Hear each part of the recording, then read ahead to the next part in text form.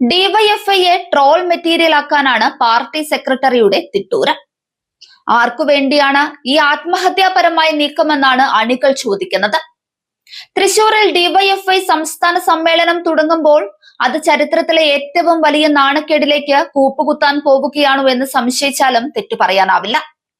CPM സംസ്ഥാന committee അംഗം ചിന്താ ജെറോമിനെ ഡിവൈഎഫ്ഐ സംസ്ഥാന പ്രസിഡന്റാക്കാൻ പാർട്ടി നേതൃത്വം നടത്തുന്ന നീക്കത്തിനെതിരെ ഇടതുപക്ഷത്തിനകത്തും CPM സൈബർ ഇടങ്ങളിലും പ്രകമ്പനം കൊള്ളുന്ന പ്രതിഷേധമാണ് അലയടിക്കുന്നത്.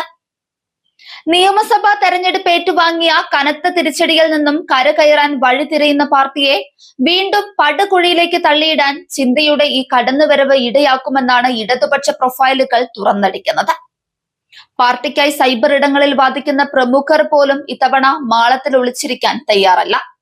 CPM സൈബർ പോരാളിയായ പ്രേംകുമാറും ഡോക്ടർ TM തോമസ് ഐസക്കിന്റെ മുൻ അഡീഷണൽ പ്രൈവറ്റ് സെക്രട്ടറി ഗോപകുമാർ മുകുന്ദനും ഉൾപ്പെടെയുള്ളവർ പരസ്യമായി രംഗത്തെത്തി കഴിഞ്ഞു.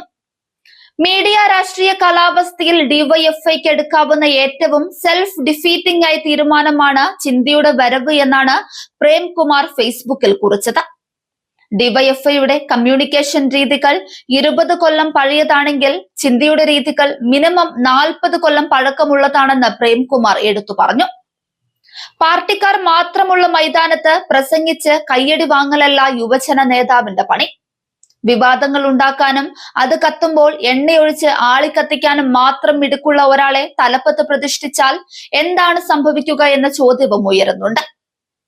PhD പ്രബന്ധത്തിലെ തെറ്റുകൾ, റിസോർട്ട് വാസം, വരികൾ തെറ്റിച്ചുള്ള വാദങ്ങൾ, അങ്ങനെ തൊട്ടതൊക്കെ വിവാദമാക്കിയ ചിന്താ ജെറോം എത്തുന്നതോടെ ഡിവൈഎഫ്ഐ എന്ന സംഘടനയെ ഉയർത്തുന്ന രാഷ്ട്രീയം പൂർണ്ണമായും അപ്രസക്തമാക്കും.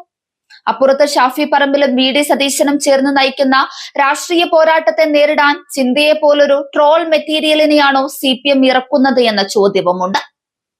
ഭാര്യയെ സ്ഥാനാർത്ഥിയാക്കി തോൽപ്പിച്ച MV ഗോവിന്ദൻ ഇനി പാർട്ടിയെ തന്നെ ഇല്ലാതാക്കാൻ ശ്രമിക്കുകയാണെന്നാണ് അണികളുടെ അമർഷം.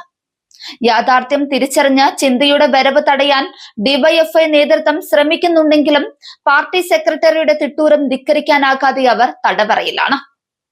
പൊതുവികാരം തൃണവൽക്കരിക്കുന്ന ധാർഷ്ട്യമാണ് പാർട്ടി കാണിക്കുന്നതെങ്കിൽ വരുന്ന തെരഞ്ഞെടുപ്പുകളിൽ ജനങ്ങൾ നൽകുന്ന തിരിച്ചടി കനത്തതായിരിക്കും. അണികളുടെയും സൈബർ പോരാളികളുടെയും ഈ മുന്നറിയിപ്പ് കേൾക്കാൻ പാർട്ടി നേതൃത്വത്തിന് വിവേകമുണ്ടാകുമോ? അതോ ചിന്താ ജെറോമിലൂടെ ഡിവൈഎഫ്ഐയുടെ തകർച്ചയ്ക്ക് തൃശൂർ സമ്മേളനം സാക്ഷ്യം വഹിക്കുമോ എന്ന് കാത്തിരുന്നു കാണാം.